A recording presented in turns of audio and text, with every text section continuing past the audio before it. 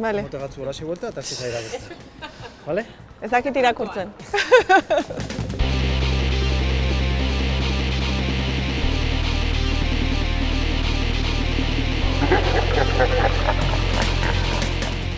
Gurasoen WhatsApp taldeak, baina gauza okerragorik badago, bai, badago, familiako WhatsApp taldeak. Bai, gurasoen WhatsApp taldeak kudeatzen ikasi behar da. Gurasotasunari balio handiagia ematen zaio.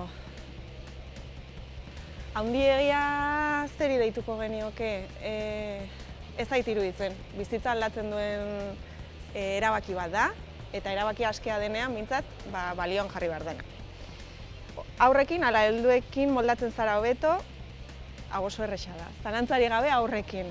Aurren mundua askoz interesgarriagoa da, espontaneagoa da, naturalagoa da, eta egiazkoagoa da. Ez dago posture horik. Guraso tituloa atera beharko genuke aurrak izan aurretik, ez.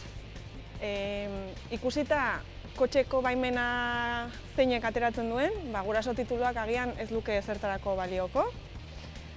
Amatxarra sentitzen zara inoiz, adibide bat jarriko, ez naiz amatxarra sentitzen. Iruditzen zait egiten dudala momentu bakoitzean aldudan hoberena, eta amatxarraren irudi hori dela matxismoak eta kapitalismoak ezarri nahi digun beste zama bat. Beraz, amatxarra izan nahi baduzu, izan amatxarra eta puntu.